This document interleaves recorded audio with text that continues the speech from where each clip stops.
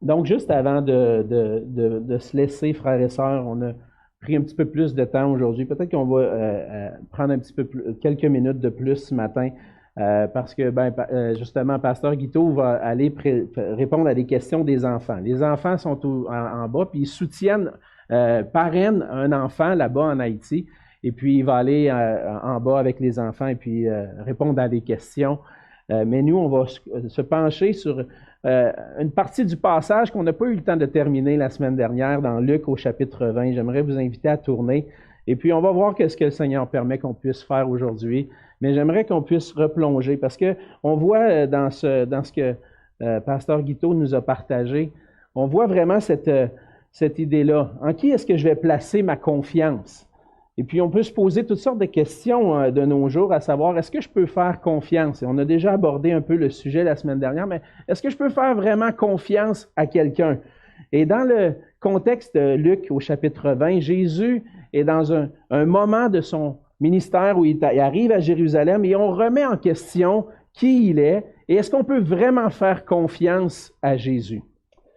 Dans le passage de ce matin, on va lire ensemble les versets 41 à 47 dans Luc 20, et puis on va voir ensemble, est-ce qu'on peut faire confiance à Jésus? Donc, Jésus leur dit, au verset 41, Jésus leur dit, comment dit-on que le Christ est le fils de David?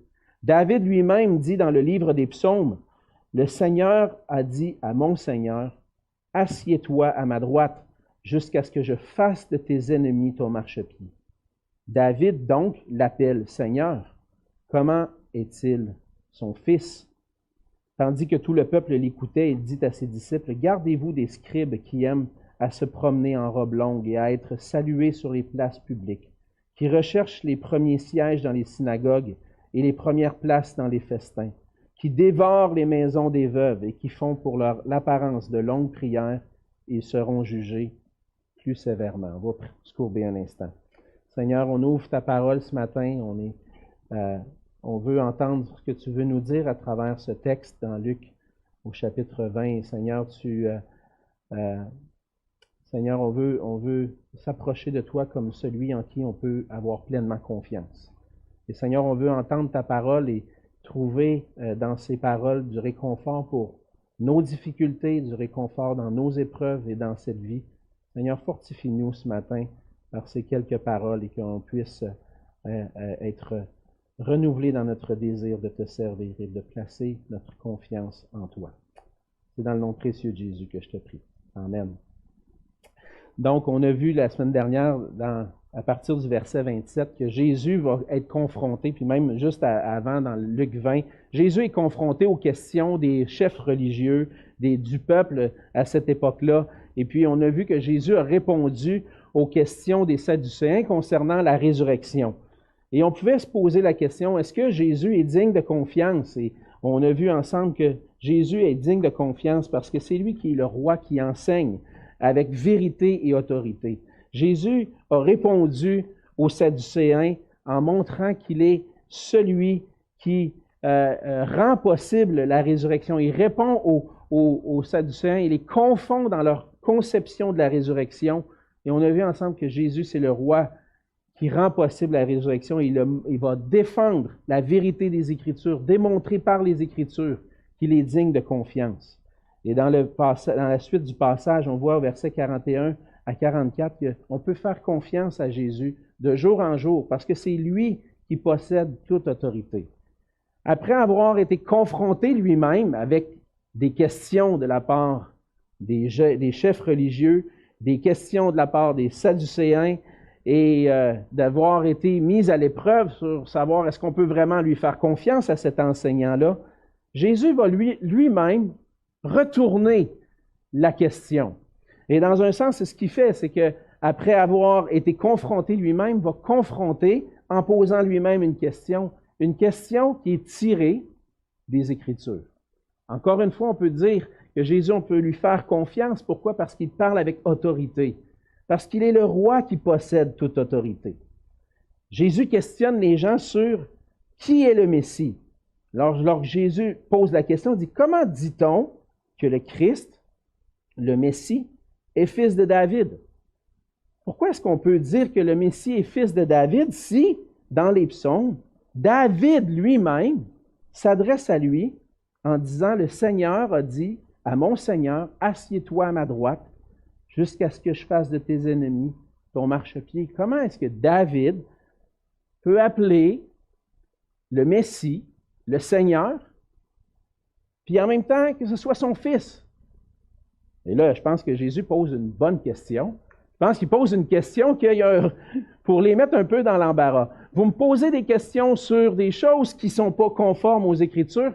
Moi, je vais vous demander de me répondre conformément aux Écritures. Comment est-ce qu'on peut dire que Jésus lui-même est à la fois le fils de David et que David l'appelle Seigneur? Ces paroles-là sont tirées du psaume 110. Les paroles que Jésus va citer sont tirées du psaume 110. Et Jésus va dire, en fait, David va dire dans ce psaume-là que un roi qui est assis à la droite de Dieu et que ce roi-là est sacrificateur à toujours selon l'ordre de Melchizedek. On n'ira pas dans tous les détails concernant l'ordre de Melchizedek et tout ça ce matin, mais David parle dans le psaume 110 d'un roi qui est sacrificateur pour toujours et non pas selon un ordre établi par les hommes, mais un ordre établi par Dieu, l'ordre de Melchizedek. Et comment est-ce que David peut parler de ce Seigneur-là, de ce sacrificateur-là qui est assis à la droite de Dieu et qui dit « Le Seigneur a dit à mon Seigneur ». Comment est-ce que David peut appeler un de ses descendants « mon Seigneur » ? Parce que on le croit, c'est un psaume messianique. On croit que c'est un psaume qui parle d'un Messie qui va venir. On croit que c'est un psaume à travers lequel David révèle des choses futures. Et en même temps, David voit quelque chose qui se passe en temps réel dans son temps. Des choses futures, mais une réalité. On voit à travers le passage que ce que Jésus veut démontrer, c'est que le Messie qui veut, que les Juifs attendent, c'est pas seulement un Messie qui va délivrer d'une manière politique. Les gens s'attendent à un roi qui va être de l'ordre de David, qui va être de l'ordre, du même statut que David. David qui a conquis des peuples, qui a détruit des peuples, qui lui a occupé le plus grand territoire d'Israël. C'était du temps du roi David. Les Juifs s'attendent à ça. Mais est-ce que ça va être un roi comme ça? Et Jésus questionne. Comment est-ce que David peut l'appeler mon Seigneur? Mais en fait, David voit en réalité que le Christ qui va venir, c'est le Seigneur lui-même qui va venir. Le Seigneur, Dieu, dit à mon Seigneur, le Messie. Il appelle les deux Seigneurs. On voit à travers ça que les Écritures nous présentent que Jésus-Christ est Seigneur, qu'il est le Seigneur, le Dieu. Il est le Christ, le roi divin qui vient, qui possède toute autorité. Et dans ce passage-là précisément, vous allez me dire, peut-être vous pourriez me dire, « Ouais, mais on ne voit pas que le Seigneur, c'est le Christ et tout ça. » Mais le point de Luc est déjà fait. On a déjà vu dans Luc que Jésus, c'est le Christ. Jésus, c'est le Messie. Jésus fait juste pose la question pour les faire réfléchir, pour un peu, dans un sens, les faire taire, parce qu'ils ne seront pas en mesure de répondre à cette question-là. Mais Luc a déjà établi que Jésus lui-même, même si Jésus ne le mentionne pas dans le passage, que Jésus est le Christ, le Messie, le roi divin. Avant la naissance de Jésus, l'ange Gabriel va dire à Marie que l'enfant qui va naître sera appelé Fils de Dieu. Plus tard, on voit lors de l'annonce de la naissance de Jésus par l'ange au berger, l'ange va déclarer que dans la ville de David, il est né aujourd'hui un sauveur qui est le Christ, le Seigneur. Les démons, dans Luc au chapitre 4, savent que Jésus est le Christ. Dans Luc 9, plus tard, lorsque Jésus discute avec ses disciples, Pierre déclare que Jésus est le Christ de Dieu.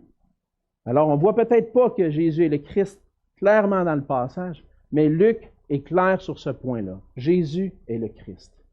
Jésus est le Messie. Et Jésus est à la fois le fils de David et le Seigneur qui va venir, celui qui vient. Alors, ce n'est pas seulement un roi humain, c'est un roi divin. C'est pour ça que David est capable de dire, « Le Seigneur a dit à mon Seigneur », parce qu'il a existé depuis toute éternité. Il y a eu une vie humaine qui a commencé. Mais ce roi-là est divin et divin depuis toute éternité, a toujours existé. Et c'est là le point. Les Juifs n'ont pas reconnu qui est Jésus. Ils n'ont pas reconnu que c'est lui, le Seigneur, de qui David parlait. Et Jésus les confronte. Mais Jésus manifeste qu'il est le Messie, qu'il est ce Sauveur qui vient. Et ça ne change rien, même si les Juifs remettent en question son autorité, même si les gens se questionnent à savoir est-ce qu'on peut vraiment écouter cet homme-là, ça ne change rien qu'il possède l'autorité parce que c'est lui qui est le Christ qui devait venir. Jésus est le Christ qui est allé jusqu'à la croix, qui est celui qui est ressuscité d'entre les morts, puis qui est assis à la droite de Dieu maintenant, qui possède le nom qui est au-dessus de tout nom. Jésus possède toute autorité. Il est le Christ. Alors, est-ce qu'on peut faire confiance à Jésus aujourd'hui? Quand tous les gens autour de nous posent des questions, est-ce qu'on peut vraiment se fier à ce que l'Évangile nous dit? Est-ce qu'on peut vraiment croire qu'il y a un Dieu qui existe? Est-ce qu'on peut vraiment croire que Jésus était le Fils de Dieu? Lorsqu'on pose les questions, où est-ce qu'on va trouver les réponses?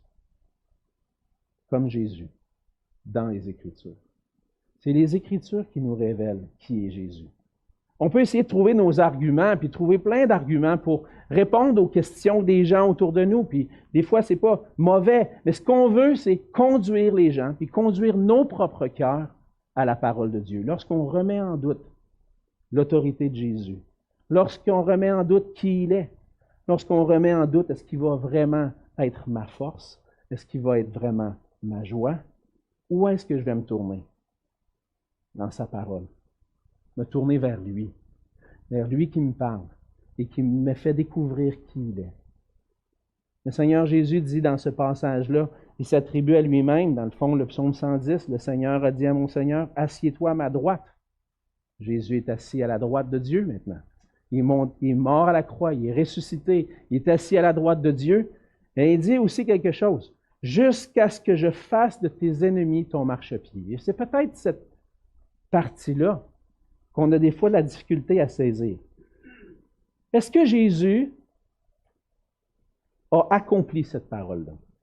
Ça, c'est une question. Est-ce que Jésus l'a pleinement accompli? Est-ce que Jésus est en mesure d'accomplir cette parole-là? Et lorsqu'on pose cette question-là, on veut se demander combien de temps ça va durer, ça, jusqu'à ce que je fasse de tes ennemis ton marchepied. Mais Paul nous aide à répondre. Parce que dans 1 Corinthiens 15, vous pourrez aller voir si vous voulez, mais Paul parle de Jésus, il utilise le psaume 110. Il parle d'un temps où Jésus va soumettre ses ennemis, où tous ses ennemis vont lui être soumis. En ce moment, lorsqu'on regarde autour de nous, on ne voit pas que tout lui est soumis. Puis même Paul va dire comme ça, tout lui est pas encore soumis. Non, parce qu'il y a encore beaucoup dans le monde qui n'est pas encore soumis à Christ d'une manière volontaire. Mais un jour, Christ va revenir. Un jour, Christ va manifester qu'il est le Christ qui possède toute autorité et il va détruire tous ses ennemis. Et à ce moment-là, on va reconnaître, puis on va voir, les gens vont reconnaître, peut-être un peu trop tard, qu'il est réellement ce roi divin qui possède toute autorité. Alors, qu'est-ce que je dois faire avec ça? Donc, je dois prendre le temps d'écouter ce que la parole de Dieu nous dit, d'écouter l'Évangile. Et lorsqu'il va m'arriver des épreuves, comme Pasteur Guiteau nous partageait, on doit se rappeler qui est celui qui domine sur toute chose. Qui est celui qui domine même sur les circonstances. Qui est celui qui est vainqueur en face de mes ennemis. C'est le Seigneur Jésus. Je ne trouverai pas de solution ailleurs qu'en Jésus. Et c'est ce qu'on doit faire. On doit apprendre à s'humilier. Arrêter par notre orgueil de dire, je vais peut-être trouver ma solution ailleurs. Non, ma solution n'est pas ailleurs. Ma solution est en Christ, ce roi divin qui possède toute autorité. Et ce qu'on doit faire, c'est s'humilier devant Jésus, parce que c'est lui le Christ. Venir à lui, puis dire, Seigneur, j'ai besoin de toi. J'ai besoin de toi. Puis j'attends ton retour. Mais en attendant, aide-moi à te faire confiance. Parce que c'est toi qui possèdes toute autorité. La semaine prochaine, on va continuer les derniers versets qui restent, puis on va voir le lien entre les versets 45 à 47 avec le début du chapitre 21. Mais ce qu'on veut apprendre de ce passage ce matin, frères et sœurs, c'est que peu importe nos circonstances, Jésus possède toute autorité. On doit lui faire confiance. On doit lui partager.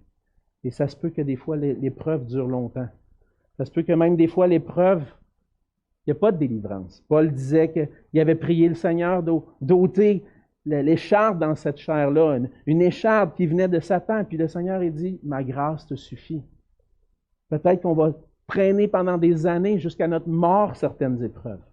Le Seigneur dit, Jésus dit, ma grâce te suffit. Et on peut rendre grâce à Jésus-Christ parce qu'il est ce roi qui nous fait grâce et qui nous donne tout ce qu'on a besoin pour vivre, pour placer notre confiance en lui et marcher avec lui pour toujours. Faisons-lui confiance, frères et sœurs. Peu importe ce que vous faites, à quoi vous faites face. Tournons-nous vers lui et mettons notre confiance en Jésus. Prions ensemble. Seigneur notre Dieu, on veut te dire merci pour ta grâce et pour ton amour envers nous. Merci pour le privilège qu'on a de te connaître. Merci pour le privilège qu'on a de t'appartenir, Seigneur Jésus. Et Seigneur Jésus, tu nous appelles, Seigneur, à venir à toi avec une pleine confiance. Les gens autour de nous peuvent remettre en question ton autorité. Nos épreuves, parfois, au milieu des épreuves, des temps difficiles, Seigneur, on peut remettre en question, est-ce que tu es là? Est-ce que tu es présent? Est-ce que tu es au contrôle? Est-ce que je peux vraiment te faire confiance? Mais Seigneur, tu manifestes à travers ces paroles qui ont confondu ceux qui t'écoutaient, ces chefs religieux qui te confrontaient, que tu es Seigneur. Et qu'un jour, Seigneur, tu vas revenir, tu vas mettre sous tes pieds tous tes ennemis. Seigneur Jésus, merci d'avoir vaincu à la croix, déjà, pour nous, le péché, Satan et la mort. Merci parce qu'en toi, on trouve la vie. Maintenant, Seigneur, aide-nous à marcher avec toi, à nous tourner vers toi, à te faire confiance, quoi qu'il arrive. Et Seigneur, on te remet cette journée, cette semaine qui est devant nous. On te la remet, Seigneur, et aide-nous à rester de tout cœur attachés à toi, sachant que tu es notre roi, celui en qui on peut placer notre confiance. Et c'est en ton nom qu'on te prie. Amen.